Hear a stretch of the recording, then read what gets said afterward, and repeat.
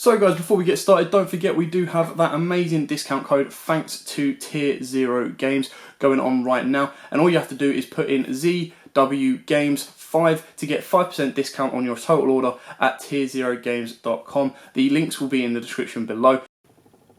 What's up YouTube, Darren here from Z4 Games, and as promised, because we reached 100 likes on the post yesterday about the spicy Satellarknight MR5 ready deck, I have built it and put it together ready to profile for you straight away tonight. So, this is incredibly spicy. There are 2 cards in here in the extra deck that we played purely because of Master Rule 4 that you can take out once Master Rule 5 hits. The best thing about this deck is that this was the first deck that I picked back up once I got back into YUGIOH. So I got back into YUGIOH around the Dauntless Alliance time, and as we're going back into Master Rule 4 and Shadows are popular, why not bring back one of my most favourite decks of that period? And the best thing about this deck is it actually can compete really well with the spicy little text in here. I mean, Konami said that Plunder Patrols were getting stuff that you don't pay for. How about Satellarknights? So, as I take you through the profile, I explain what we've got, why we've got it. If this video reaches 100 likes, I will also get some duels recorded with this deck, taking on Shadows and other meta-relevant decks. So, without further ado, let's crack on to the profile. So, with any Tellarknight deck, you do play triple Satellarknight Deneb. This is the Stratos. Stratos was the first kind of card to lead the way in this scenario, which searched out a card of its own art type, and that is where Satellarknight Deneb comes in. If it is summoned, you add 1 Tellarknight monster from your deck to your hand except itself, and you can only use the effect once per turn. We then go on to the revival card, and that is Satellarknight Altair. This card is, if it is summoned, you can revive one or target 1 Tellarknight monster in your graveyard except itself and special summon it in defense position. Also, monsters you control cannot attack for the rest of the turn except Tellarknight monsters. Only use the effect once per turn.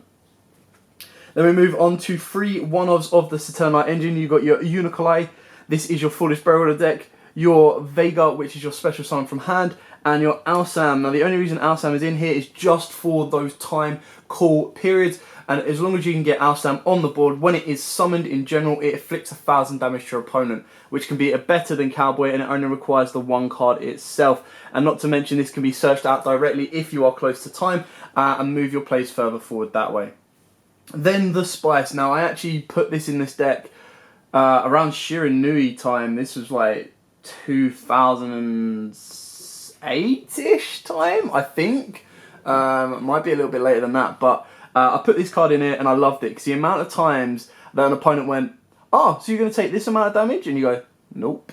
So the Spicy tech, if you haven't guessed it already, is triple Guardian Ariadne. Now not only is it a level 4, but if you were to put 1, if not 2 of these in your scale, if it is destroyed, you then get to, by battle or card effect, you reveal 3 counter traps from your deck, and your opponent chooses 1 of them to add to your hand. The rest are shuffled back into the deck. In the scale, you do not pay life points to activate counter trap cards. You do not discard to activate counter trap cards. The amount of times when I've played this and I've gone, Solemn Warning, Solemn Judgment, and my opponent's gone, okay, 4-fat, and you go, no, I've got Guardian Ariadne on the board, and they're like, huh?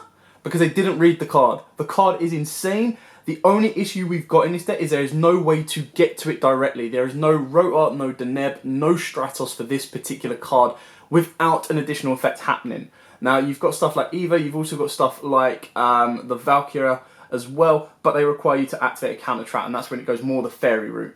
So the idea is you use the Tellarknight engine to still build your XYZ boards, especially with that brand new link we get in Overload that was revealed and confirmed as of last night. So you build your board with these Satellarknights, you then get your Guardian Ariadne, and then you start abusing your plays. Very powerful card, very good. Now, as this is a counter trap heavy deck, you do need to go first. However, there are certain cards around that are really good at being able to go first and go second. So should you lose that dice roll, you need to be able to break your opponent's board in order to set up your board. So, with that in mind, we play triple super polymerization. Now, with the extra deck, you have so many targets. Mud Dragon is the best target for you because it does give you another level 4 on the board to make your rank 4 plays. Not to mention, with Shadows running around rampant, you can actually use El Shadow Construct as a target as well. On top of that, with the Dark Patelamias, in the extra deck, it turns all monsters dark. That straight away gives you the ability for Starving Venom plays or your own Winder plays. What is more annoying for a Shaddoll player than going into a Winder play? And then in Master Rule 5, you then get to turn your Satellarknight that has just been able to steal 2 of your opponent's cards and turn them into their own Winder and put them into one zone. You then turn Satellarknight into the Constellar Dragon, which then negates Stop Shaddoll Fusion, so they can't send from their deck to the graveyard. It also then, any effect that would come back from the graveyard to the hand gets banished instead. Very, very old school, very, very powerful. For the draw cards, we've gone with triple pot of Extravagance. If you do not have Extravagance, you can put in other draw cards like Desires, because you do play a lot of 3-ofs. And the reason I've gone with Extravagance is because the extra deck, you don't rely on different types. You can actually minimise the amount you use and increase their specific numbers.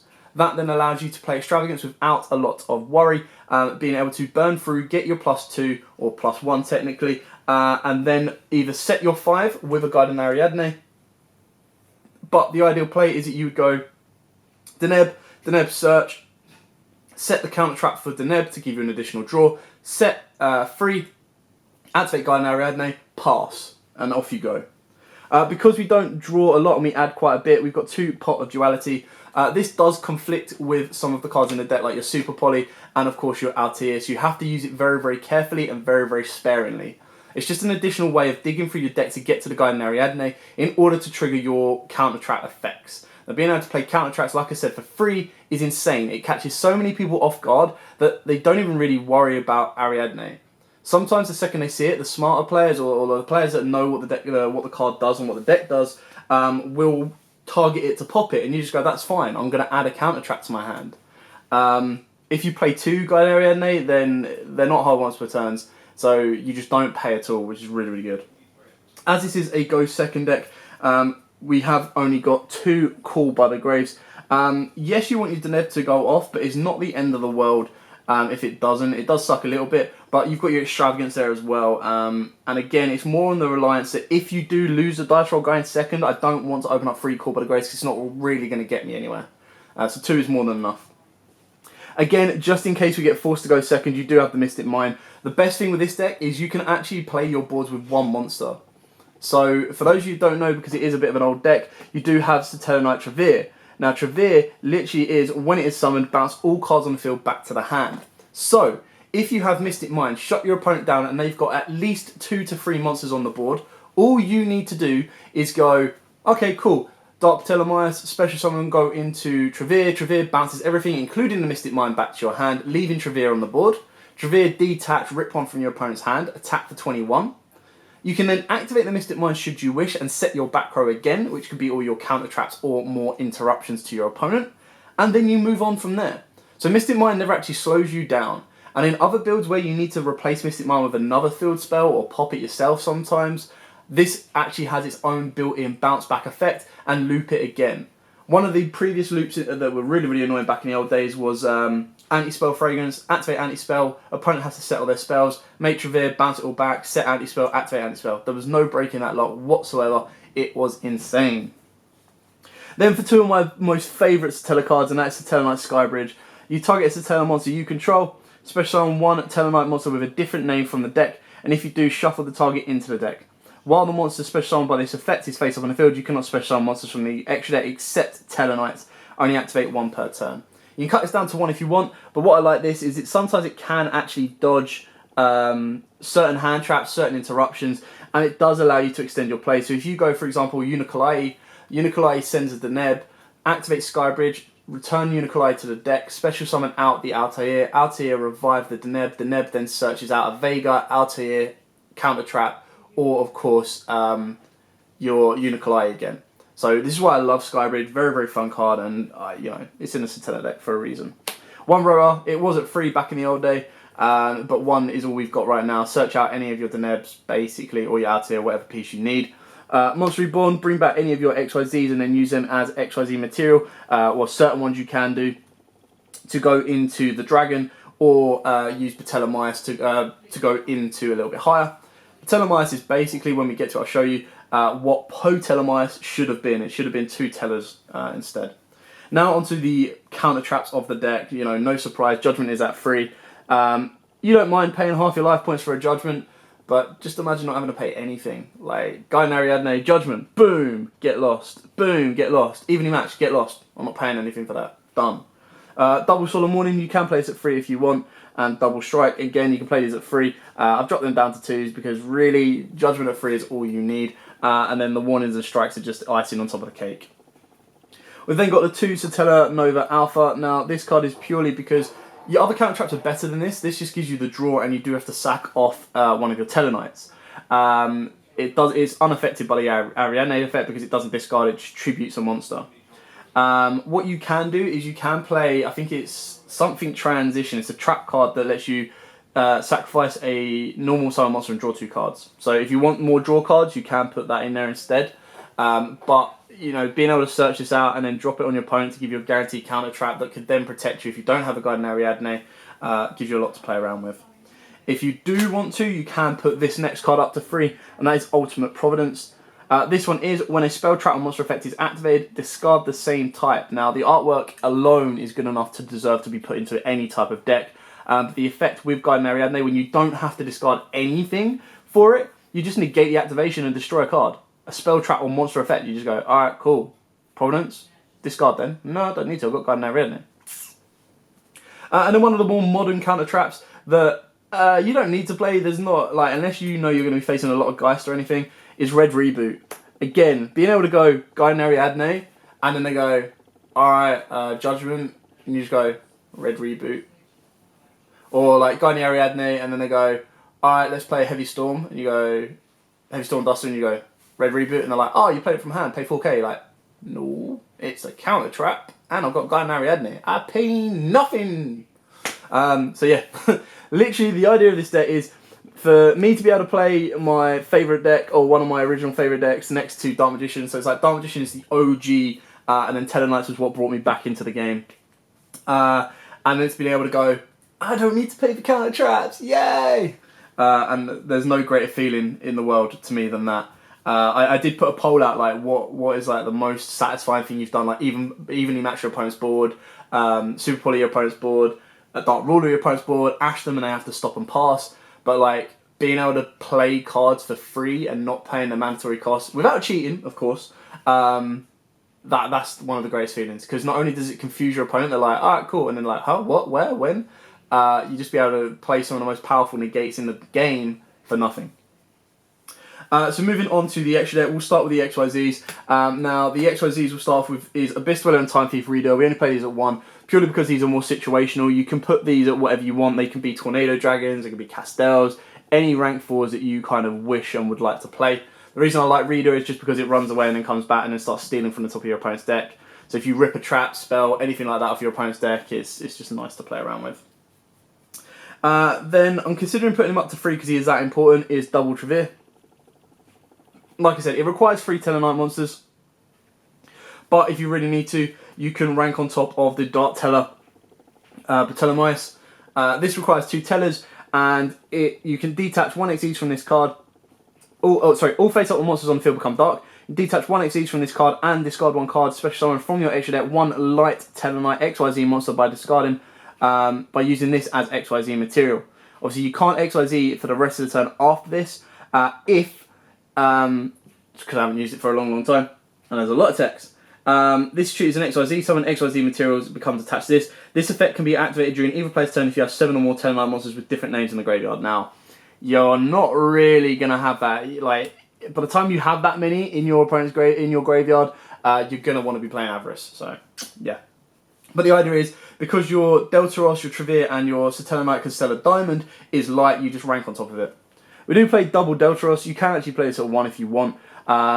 This requires 3 level 4 monsters, so it is generic, nice and easy.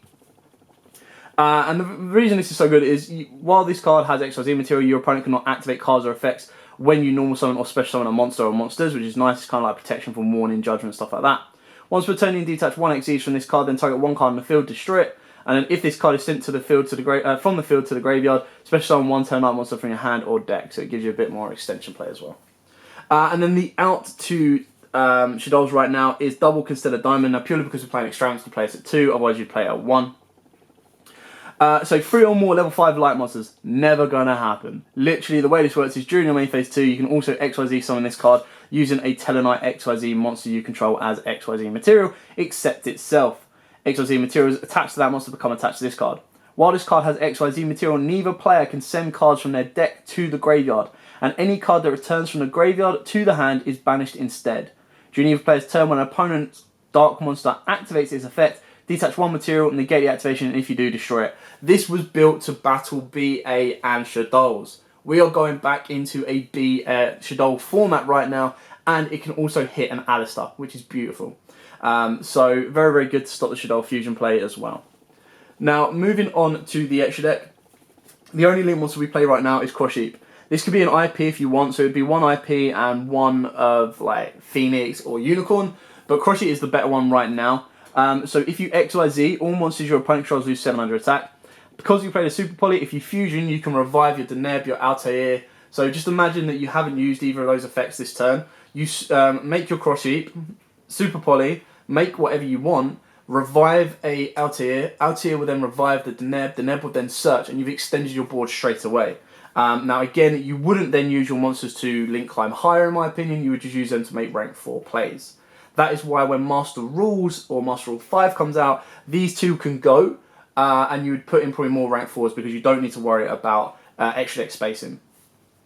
Now I have got 4 options here that it does make the extra deck 16 card extra deck, but I'll explain which one you would take out. So do not take this, like the next 4 cards you're going to see are not static in this deck, they're there for different reasons. So you start off with Mud Dragon. Like I said, this is a nice Super Poly target. It is a level 4. It does protect your monsters as well, and then can be used as XYZ material. The only issue is because it's not a Satellarknight monster, it can't be used for most of your XYZs. So it's very, very particular, but it depends what other XYZs you put into your extra deck. Starving Venom. Patellamyst turns everything dark. Starving Venom then becomes the most effective fusion summon from Super Poly you have in your extra deck should you need to. If the Shadow matchup is going to be heavy and you think you're going to be playing a lot of structured deck Shadows or structured Shadow invoked, then you can play Winder and you can play Construct. Being able to rip 2 of your opponent's monsters away to make your own version of these cards is incredible. Now it does suck a little bit because it does put it in the extra monster zone, and that's where Crossheap comes in because you do need to use that and a Satellarknight monster to get rid of it in order to build your plays further forward. But being able to then quick play Super Poly into your own window during their turn is insane, and then being able to quick play Construct in their turn is also insane. Now keep in mind they do play Super Poly as well, so they can rip your Satellarknight monsters away and go into their own Construct. It's very, very situational, which again, which is why I haven't included stuff like Jackus Tapelio, Guard Dragon Armaduke, Starving Venom Violet Chimera, sorry not Starving Venom, Salaman Great Violet Chimera, and Borreload Furious Dragon. It all comes down to your locals. If you don't think you're going to face any Shadows, you take these out. Not a worry at all. If you don't think the Mud Dragon is going to be effective because you're only going to face Shadows, you put these in there. And then what I would suggest is, because you're playing Extravagance, you would bump them up to the number that you feel you require.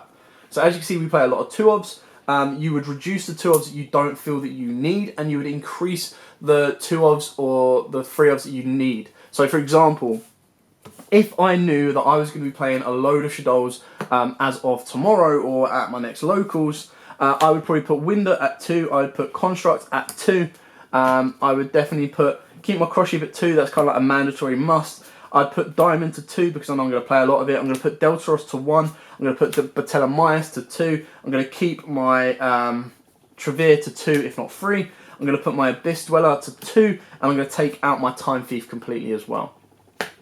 So it really does come down to your personal locals, but as long as you build it the right way, or you adapt to that, the environment you're going into, yeah, you're going to cause so many issues.